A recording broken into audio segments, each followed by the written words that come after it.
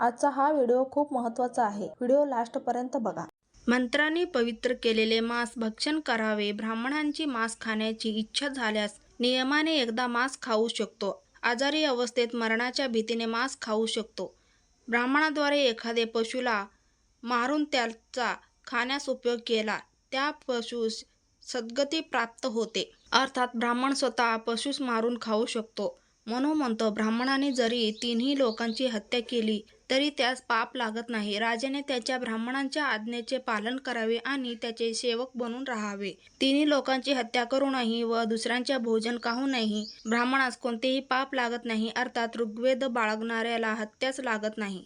राजाने प्रतिदिन सकाळी उठून वेद वाचणाऱ्या, वेद जाणणाऱ्या ब्राह्मणांची सेवा करावी आणि ब्राह्मणाने जी आज्ञा केली तेच कार्य राजाने करावे. राजाने केवळ ब्राह्मण मंत्रीगणाच्या सल्ल्यानुसार कार्य करावे. पहा, राजाने विशेषतः विद्वान ब्राह्मणांच्या सल्ल्यानुसारच काम करावे आणि त्यांच्याच म्हणण्यानुसार संधी, विग्रह इत्यादी 6 गुणांनी बनलेला निर्णय करावा. मनूच्या म्हणण्यानुसार राजाने सर्व कार्य ब्राह्मणांवर सोपवून द्यावे आणि निश्चित होऊन जावे. ज्या सभेत ब्राह्मण उपस्थित झाले ती ब्रह्मसभा म्हटल्या जाते. राजाने ब्राह्मण सचिवांवर विश्वास ठेवून सर्व भार त्यांच्यावर सोपवून द्यावे आणि निश्चित होऊन कार्यास प्रारंभ करावे. अर्थात राजाने ब्राह्मणांच्या हातचे बाहुले बनून कठपुतळी राहावे. ज्या सभेत 3 ब्राह्मण बसतात व जिथे राजाचा प्रतिनिधी ब्राह्मण बसलेला आहे ती सभा ब्रह्मसभेसारखीच आहे. मनूच्या म्हणण्यानुसार राजाच्या सेनेचा सेनापती आणि न्यायाधीश दुसरा कुणीही न राहता ब्राह्मणच असायला पाहिजे. हिंदू राज्यात असेच होत आलेले आहे. सेनेचा सेनापती दंडात्मक कारवाईचा निर्णयाक तथा सर्व लोकांचा स्वामी, वेदशास्त्र जाणणारा ब्राह्मणच होण्याचा लायकीचा आहे. अर्थात ब्राह्मण सर्व शक्तिमान आहे आणि राजा त्याच्या मुठीत आहे. संपत्तीचा वाटा वर्णानुसारच होऊन ब्राह्मणाला सर्वाधिक हिस्सा मिळावा आणि ब्राह्मण 4ही वर्णीय स्त्रियांपासून संतान उत्पन्न करू शकतो. जर ब्राह्मणाला 4ही वर्णातील बायका असल्या व त्या सर्वांना मुले असतील तर ब्राह्मणाच्या मुलास 4 भाग, क्षत्रियांच्या मुलांना 3 भाग, वैश्यनीच्या मुलास 2 भाग, शूद्रनीच्या मुलास 1 भाग दिले पाहिजे. वा रे ब्राह्मण देवता, वासनेच्या पूर्तीसाठी हा स्वतंत्र शूद्र स्त्रीला सुद्धा ठेवून घेऊ शकतो, पण तिच्या पासून उत्पन्न मुलांवर मात्र अन्याय करू शकतो. धन्य आहे तुझी महिमा. उपरोक्त विवेचन मनुस्मृती ग्रंथातील मूळ अंशांना उद्धृत करून मी या ग्रंथात ब्राह्मण महिमेचे वर्णन केले आहे. उपरोक्त वर्णनाने ही गोष्ट स्पष्ट होते की मनूने ब्राह्मणांचे वर्चस्व व शूद्राधिकांचे हनन करण्यात कोणतेही कसर शिल्लक ठेवलेली नाही. जातीजातीत इतके मोठे भेद कदाचित कोणत्याच ग्रंथात मिळणार नाही. मनुस्मृती हिंदूचे धार्मिक आचारसंहिता आहे. हिंदू हजारो वर्षांपासून ह्याच आचारसंहितेनुसार वागत आला आहे आणि शूद्रांना नीच निकृष्ट दर्जाचा समजत आलेला आहे. जातीजातीत एवढे मोठे अंतर या पुस्तकाने निर्माण केले आहे जे कधीही पटू शकत नाही. खरे तर हे आहे की असे ग्रंथ जोपर्यंत आहे तोपर्यंत मनुष्यातील जाती बंधनातील दोरी मिटवल्या जाऊ शकत नाही. जातीभेद मिटवायचे असल्यास या ग्रंथाला जाळावेच लागेल. हे पुस्तक नैसर्गिक सत्यापासून विपरीत आहे.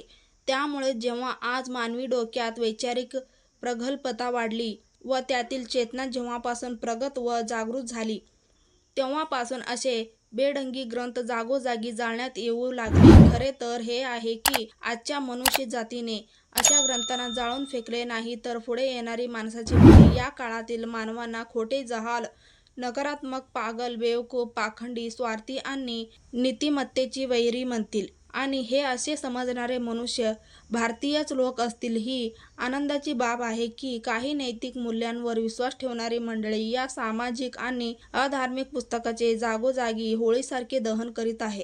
मनुस्मृतीतील विरोधाभास. रामायणाप्रमाणे मनुस्मृतीमध्येही अनेक ठिकाणी असे वर्णन आहे जे भ्रामक, अतिशयोक्तीपूर्ण, असत्य, कपटीपणाचे प्रतीक आणि सुसंगत नाही. ज्याप्रमाणे रामायण धर्माविरोधी, मानवतेच्या विरोधी, नैतिकतेच्या विरोधी आणि संविधानाच्या विरोधी ग्रंथ आहे, त्याच प्रकारे मनुस्मृतीतही अतिमानवीय, अनैतिक आणि संविधानाच्या विरोधी ग्रंथ आहे. रामायणाप्रमाणेच आपण मनुस्मृतीतील विसंगतीचा विचार करू.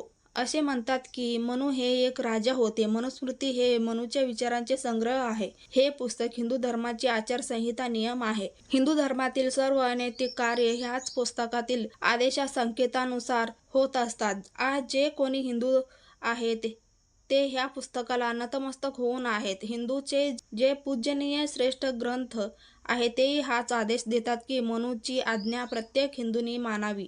जे याला मानित नाही ते हिंदू नाहीत. हे रुद्र, दया करा, सुखी करा. वीरांचे स्वामी आम्ही तुम्हाला नमस्कार करतो. ज्या शांती आणि सुखाला यज्ञाद्वारे मनूने प्राप्त केले तेच तुम्ही आम्हाला प्रदान करा. हे रुद्रगण, तुमची स्वच्छ शुद्ध औषधी अनन्य प्रकारे सुख देणारे आहे. ज्या औषधीला आमचे पूर्वज मनूने शोधले होते ती भीतीला नाहीसे करणारी होती. त्याच औषधीची आम्ही अपेक्षा मागणी करत आहोत. या प्रकारे हिंदू धर्मावर, हिंदू लोकांच्या मेंदूवर मनुस्मृतीचा प्रभाव आहे. परंतु मनुस्मृतीत एवढे तर्कहीन आणि भ्रामक वर्णन आहे की कोणत्याही व्यक्तीला त्याच्या म्हणण्यावर विश्वास ठेवणे शक्य नाही. मनु कथनातील काही ठिकाणी एवढा उपहास, क्रोध, लज्जास्पद विधाने आहेत की त्याला धर्मग्रंथ मानणे म्हणजे पागलपण ठरतो, जे की अन्याय, विषमता आणि शोषणयुक्त आहे. तर्कसंगतही नसून आचारहीनता भरली आहे. वायू व पृथ्वीचे निर्माणकर्ते ईश्वर आहे की ब्रह्मा? मनुस्मृतीत आधी सृष्टीच्या रचनेचे वर्णन आहे. मनूचे म्हणणे आहे की आधी सर्वत्र अंधकार व शून्य पोकळी होती. या अंधकारातील शून्यातून ईश्वराचे 5 तत्व अग्नी, नभ, जल, पृथ्वी, हवा आणि स्वतः पाणी आणले. पाण्यात बीज टाकल्याने अंडे तयार झाले. अंड्याद्वारा ब्रह्मा बनलेत. ब्राह्मणाने स्वर्ग आणि पृथ्वी बनवली. त्यानंतर हवा आणि दिशा बनवल्या. येथे हे वर्णन किती भ्रामक आणि असत्य आहे की जेव्हा ईश्वरच हवा आणि पृथ्वी घेऊन आले असताना ब्रह्माने पृथ्वी कशी तयार केली हे कसे मानले जाऊ शकते? हवेला कसे निर्माण केले? या दोन्ही गोष्टी एकमेकांविरुद्ध आहेत. पहिल्यांदा पुरुष बनले की इंद्रिय? पहा, मनुस्मृती म्हणते की ब्रह्माने आपल्या शरीरातून स्त्री आणि पुरुष दोघांनाही तयार केले आणि त्यामुळेच मनुष्य भोग अवस्थेतच ब्रह्मस्वरूप होत असतं. दुसऱ्या ठिकाणी मनू म्हणतात, ब्रह्माजींनी पहिल्यांदा 5 इंद्रियांना बनवले आणि नंतर अन्य प्राण्यांना बनवलेत. किती भ्रामक कथन आहे. जर ईश्वराने स्त्री पुरुष बनवले होते तर का हे जीव बिना 5 इंद्रियांशिवाय होते? ज्याला ब्रह्माने नंतर बनवले ते पुरुषच कसे होते ज्यात इंद्रियच नव्हते? किंवा ईश्वराद्वारे पुरुष बनवले गेले हे कथन खोटे असेल अथवा ब्रह्माद्वारे इंद्रियांची उत्पत्ती हे कथन खोटे असेल. याच प्रसंगात ब्रह्माद्वारे प्राण्यांच्या निर्मितीत व गोष्ट सांगितल्या गेली. जेव्हा ईश्वरानेच पुरुष आणि स्त्री बनवले असता ब्रह्माने कोणते जीव निर्माण केलेत? पृथ्वी एकाने आणि समुद्र, पहाड काय दुसऱ्याने बनविले? मनुस्मृतीमध्ये हे वर्णन तर आलेलेच आहे की पहिल्यांदा ईश्वर आणि पृथ्वी सोबतच प्रकट झालेत. मग काय तलाव आणि पहाड वेगळे पृथ्वीवर चिपकवले गेलेत, ज्याला ब्रह्माजींनी नंतर आणून चिपकून टाकले. एके ठिकाणी इंद्रियानंतर ब्रह्माने नक्षत्र, ग्रह, समुद्र, पर्वत इत्यादी बनवले लिहिलेले आहे. या वर्णनाने एक विचित्र स्थिती निर्माण होते जी अविश्वासाने आणि पागलपणाने भरलेली असते. भोग अवस्थेतच ब्रह्मलीन होऊ शकतात म्हणून भोगातील व्यवस्थेलाच श्रेष्ठ मानले आहे. अर्थात मनुष्य भोग व्यवस्थेत लीन असतो तेव्हा त्यास ब्रह्मलीन मानले जाते. मनूच्या कथनानुसार ईश्वराने आपल्या शरीराचे 2 भाग केले व एका भागाला स्त्रीत्व व दुसऱ्या भागाला पुरुषत्व दिले. अर्थात जेव्हा स्त्री पुरुष एकत्र येऊन भोग अवस्थेत तन्मयतेने लीन होतात तेव्हाच दोन्ही अंग एक होतात आणि तेव्हाच ते ब्रह्म ईश्वरचे सत्य स्वरूप होतात. त्यामुळेच मनूच्या कथानुसार खऱ्या अर्थाने ब्रह्मलीन व्हायचे असेल तर स्त्री भोगात लीन राहा. एकीकडे आमचे ऋषीमुनी भोग जीवनाला ईश्वर प्राप्तीत सर्वात मोठा अडथळा मानतात. परंतु मनुस्मृती म्हणते की जर ब्रह्मरूप व्हायचे असेल, ब्रह्माला प्राप्त करायचे असेल, ईश्वराला प्राप्त करायचे असेल तर संभोगात तल्लीन होऊन जायला हवे. मनुस्मृतीत भोगवादी ग्रंथ आहे. याच कारणामुळे हिंदू संस्कृतीत जगणे म्हणजे बलात्काराची मोकळीक समाविष्ट आहे. आधी देवता बनलेत की ऋषी? मनुस्मृतीत लिहिले आहे की मनूने कठीण तपश्चर्या करून मारीची, अत्रि, अंगिरा, पुलस्त्य, पुलह, केतू, प्रचेता, वसिष्ठ, नारद आणि भृगु इत्यादींना उत्पन्न केले. नंतर या मनुपुत्रांनी देवता आणि मानवाची रचना केली. याचा अर्थ असा होतो की देवता नंतर उत्पन्न झाले. आधी वसिष्ठ आणि नारद झाले. मग नारद आणि वशिष्ठ कोणत्या देवतांची पूजा करीत होते? देवता आणि मानवाची उत्पत्ती सोबतच झाली, तर हे वशिष्ठ नारद न देवता होते न मानव, तर मग काय होते? एक आणखी अडचण भासते. असे म्हणतात की ब्रह्मांनी मनुष्याचे 4 वर्ण ब्राह्मण, क्षत्रिय, वैश्य आणि शूद्र स्वतः आपल्या तोंडातून भुजा, बाहू, पोट, उदर आणि पायाद्वारे निर्माण केले. मग मनुने हे नाही सांगितले की ती माणसे कोणती होती जी मनुपुत्रांनी निर्माण केली होती आणि ते कुठे गेलेत? ब्रह्माद्वारे निर्मित तर दिसतात, पण मनुपुत्राद्वारे निर्माण केलेली मानवजात कोणती आहे ही गोष्ट भ्रामक वाटते. आधी स्त्री पुरुष बनले की वर्ण.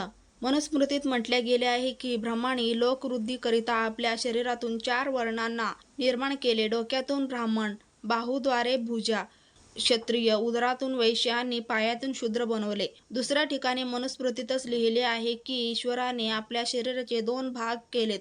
एक भागापासून स्त्री आणि दुसऱ्या भागापासून पुरुष बनवले. आता प्रश्न हा निर्माण होतो की ब्राह्मणाने जेव्हा आपल्या शरीरातून आधी 4 वर्णांना विभागून रचना केली, तर मग स्त्री आणि पुरुषांची उत्पत्ती कशी केली?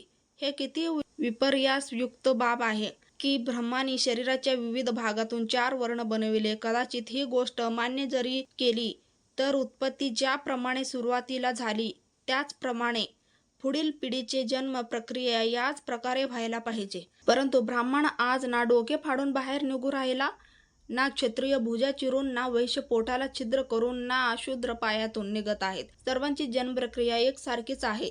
तरीही हे म्हणणे किती भ्रामक आहे.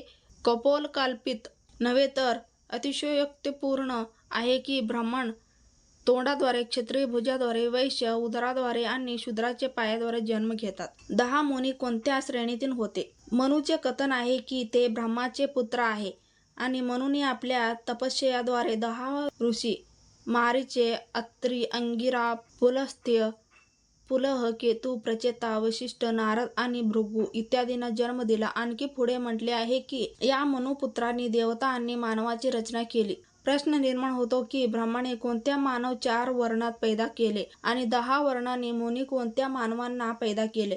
दुसरा हा प्रश्न निर्माण होतो की या 10 ऋषींनी 4 वर्णातील सर्व मानव पैदा केले, तर कोणत्या ऋषींची कोणती संतान झाली?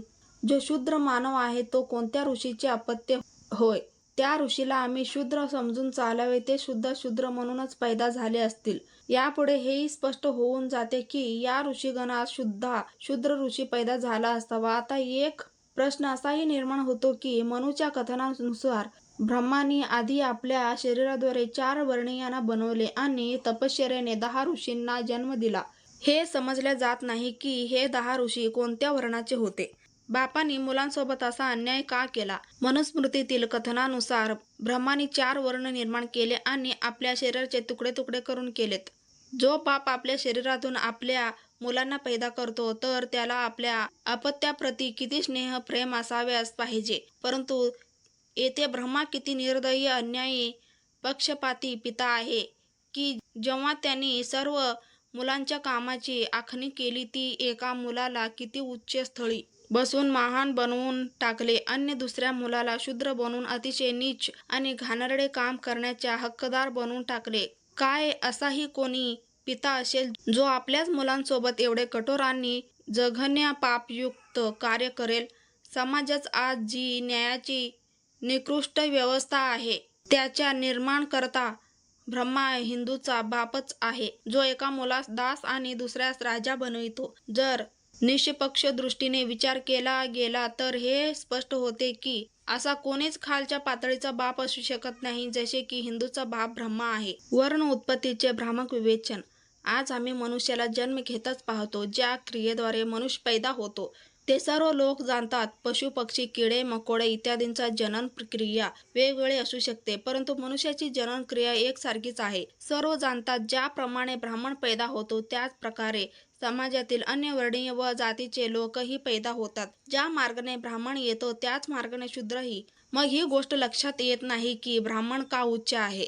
मनुस्मृतीत उपरोक्त विसंगती मनु महाराजाद्वारे वर्णित सृष्टीच्या उत्पत्तीच्या प्रथम चरणात पाहावयास मिळते. जेव्हा आम्ही वर्ण विभाजनाच्या भागात दिसणाऱ्या विसंगतीचे वर्णन करू तेव्हा त्यावर प्रकाश टाकू. आधी आम्ही वर्णन झालेल्या वर्णसंकराचे मिश्रण जे वर्णन मनुस्मृतीत केले गेले आहे त्याला समजल्यास लक्षात येते की मनूच्या कथनात किती मोठा विसंगती आहे. वर्णसंकरचा अर्थ आहे दोन वर्णीयांचे मिश्रण. दोन वर्णीयांचे शारीरिक संबंधातून उत्पन्न आपत्ती इत्यादी हे कशा प्रकारे उत्पन्न झाले त्याचे वर्णनही मनुस्मृतीत केले गेले आहे. मनूच्या म्हणण्यानुसार एका वर्णाच्या स्त्री किंवा पुरुष दुसऱ्या वर्णाच्या स्त्री किंवा पुरुषासोबत संभोग करून उत्पन्न होणारी संतान वर्णसंकर समजले जाते. या वर्णीयांच्या वर्णसंकर संतानाच्या जाती सुद्धा मनूने अलग अलग निर्धारित करून दिलेल्या आहेत. वर्णसंकरिताच्या जातीची यादी पुढे दिले गेले आहे. पिता माता वर्णसंकर जाती. क्षत्रिय ब्राह्मणी सूत. वैश्य क्षत्राणी क्षता. वैश्य ब्राह्मणी विदेह. क्षत्रिय शूद्रा उग्र. क्षत्रिय वैश्या मागध. शूद्र वैश्या अयोगव. शूद्र ब्राह्मणी चांडाळ. क्षत्रिय उग्र शौपाक. निषाद विदेह कारावार. वैदेह कारावार आंध्र. वैदेह निषाद भेद. ब्राह्मण उग्र औरत. ब्राह्मण अयोगवी धिग्वन. या सर्व जाती दोन प्रकारच्या असतात. अनुलोम आणि प्रतिलोम. उच्च वर्णीय पुरुष आणि खालच्या वर्णाची स्त्रीपासून उत्पन्न संतान अनुलोम आणि खालच्या वर्णाचा पुरुष आणि उच्च वर्णीय स्त्री पासून उत्पन्न संतान प्रतिलोम समजल्या जाते. मनू एकीकडे म्हणतो की वर्णसंकर कुळांना कष्ट पोहोचणारा आहे, नरकात घेऊन जाणारा आहे. याच्याने जाती धर्म आणि कुळे नष्ट होऊन जातात. यांच्यामुळे पितर स्वर्गातील स्वकीय लोकांचेही अवमान होते. दोन्ही श्लोक गीतेतील आहे. याचा अर्थ आहे वर्णसंकर कुळाचा घात करणारा व कुळांना नरकात ढकलणारा असतो. पिंड आणि जलची क्रिया करणारे पितर अवमानग्रस्त होऊन जातात. वर्णसंकरामुळे अवगुणानेयुक्त कुल अविनाशी संतानाच्या उत्पन्नाने संतान कुळधर्म व जातीधर्म नष्ट होऊन जातात. दुसरीकडे पाराशय मुनी व निषाद कन्या मत्स्यगंधा पासून उत्पन्न वर्णसंकर संतान महाभारत रचयिता वेदव्यास किती श्रेष्ठ आणि महान सिंहासन योग्य मानले जात होते. असा हा कसा न्याय आहे. ब्राह्मणांनी एखादीला जबरदस्ती केली तर उत्पन्न होणारी संतान श्रेष्ठ आणि राजपदायोग्य आणि दुसऱ्याने एखाद्या ब्राह्मणाला जबरदस्तीयुक्त भोगले तर उत्पन्न होणारी संतान नीच. हे न्यायसंगत नाही. जर वर्णसंकर नीच प्रकार आहे तर नीचच राहील. तो कुणाकडूनच घडो, परंतु मनूने असंबद्ध व्यवस्थेच्या गोष्टी सांगितल्या आहेत. याच प्रसंगात अजून एक गोष्ट स्पष्ट होऊन जाते की शूद्र काळे असतात. आता जर वर्णसंकराचा प्रश्न आहे. अयोगववाढी क्षता बिळातील प्राणी मारणारा चांडाळ, गोवंशापासून दूर राहणारा भंगी, ज्याची संपत्ती कुत्रे आणि गाढव असणारा नीच मानल्या जातात. जेव्हा आर्य गौरे वर्णीय होते, ब्राह्मण गोरे होते, तर चाणक्य काळा रंगाचा ब्राह्मण कसा उत्पन्न होऊ शकतो? याचा सरळ अर्थ हा आहे की चाणक्य ब्राह्मण नव्हताच. विसंगती अजून पहा.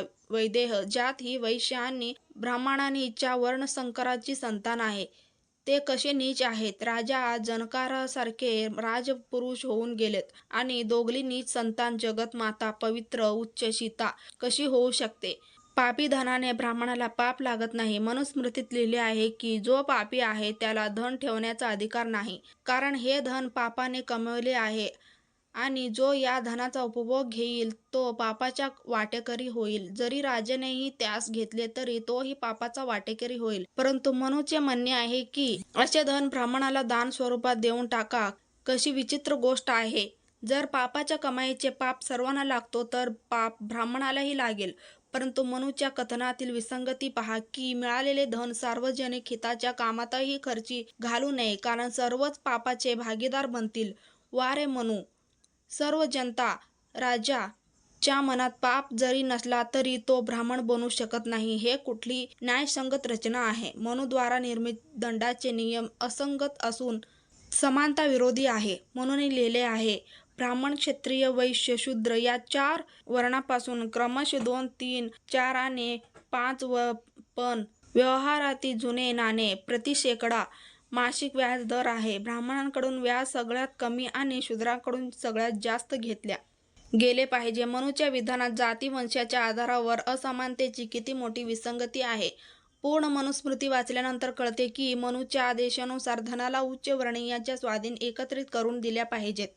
मनूचे हे विधान समानतेचे विरोधी असून ती सगळ्यात मोठी विसंगती आहे. स्त्री विरोधी मनुस्मृती. मनुस्मृतीत हे विधान आहे की जर एखादा पुरुष जुआरी, वाममार्गी आणि रोगी असलेल्या पुरुषाचे स्त्री सन्मान करीत नाही, अशा पुरुषांनी स्त्रीस 3 महिन्याकरिता घरून काढून टाकावे आणि तिचे दागिने ठेवून राखावे. म्हणून याचा अर्थ हा होतो की स्त्री ही रोगी, पागल, बदचलन, जुआरी पुरुषाचा त्याग करू शकत नाही. त्याचा सन्मानच तिला करावा लागेल.